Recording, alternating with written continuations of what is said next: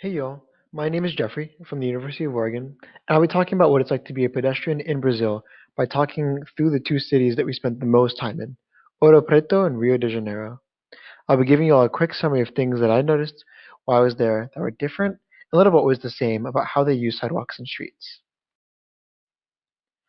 Here's a picture from Ouro Preto of La Igreja de São José, and you can see the slope that actually is common throughout the entire town.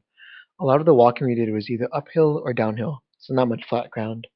There's very little social separation between sidewalk and street. People would walk on either. It didn't really matter. Everyone was comfortable in the streets, and drivers are used to that. They're pretty vigilant. Though, as you can see from the picture, the road was made of cobblestones that often be a little slippery, especially from the elevation gain. So we were a little careful for the first day or two.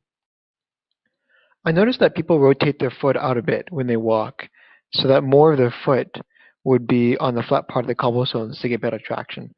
It wasn't super obvious, but I noticed it in the way that Maria, someone who came with us, who was from that town, changed the way that she walked when she got into the town. Again, it was subtle, not a big difference. It was easy to walk wherever we needed to go, easier than driving often because of how the car would bump along the cobblestones. I definitely noticed how many people walk or ride motorbikes. The planning of the area is pretty flexible, and people rely on their knowledge of the area rather than street signs. The walking we did was definitely exhausting sometimes, and a few of us might have canceled gym memberships. It was definitely manageable though. I thought it was fascinating how many people rode motorcycles considering the slope of the town and the cobblestones. So try to get pictures of them grouped together whenever I had the opportunity. So there'll be another picture of motorcycles after this one. This picture is just from the side of a long line of parked motorbikes. There's seriously a really long line there. Okay, and switching over to Rio, what you see is an aerial view picture of one of the streets outside of our hotel in the city. Streets and sidewalks in Rio are much like any big city, with concrete sidewalks. Much more separation between walking the street and the sidewalk, though, than in Ouro Preto. The lanes in the street have specific designations, like a blue line for the BRT, a lane for taxis exclusively in some areas, and of course, cars and bike lanes. Something that I noticed that was not as common in cities I've been in was the difference in crosswalks. The crosswalks throughout the city were pulled back from the curb. Typically in America, crosswalks are put at the corner of the street, and you can even see that our walking pattern naturally kept with this way that we were used to walking. I haven't found a source describing why this is, but I'm assuming they've pulled back crosswalks to prevent collisions between motorists and pedestrians. Many people do walk to get places in Rio because of the large amount of traffic and commuters, especially in denser areas.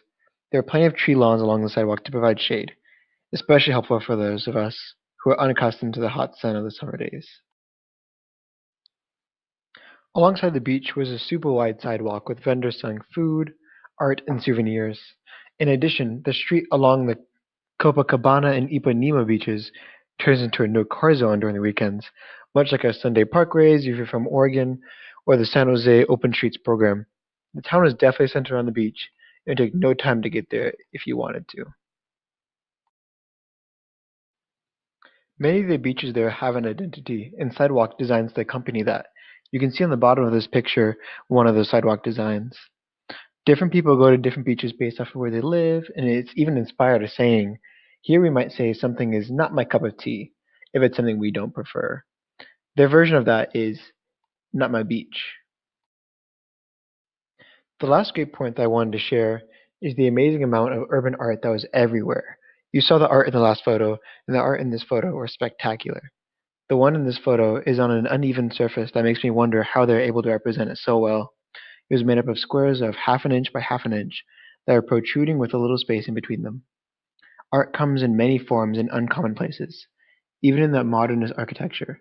There are many different art pieces that might be on the side of trash cans or poles. Ask Juan if you'd like to see more. He has quite a collection. Anyway, thank you for listening. Thanks for coming here and spending your time with us. I hope you enjoy the presentation.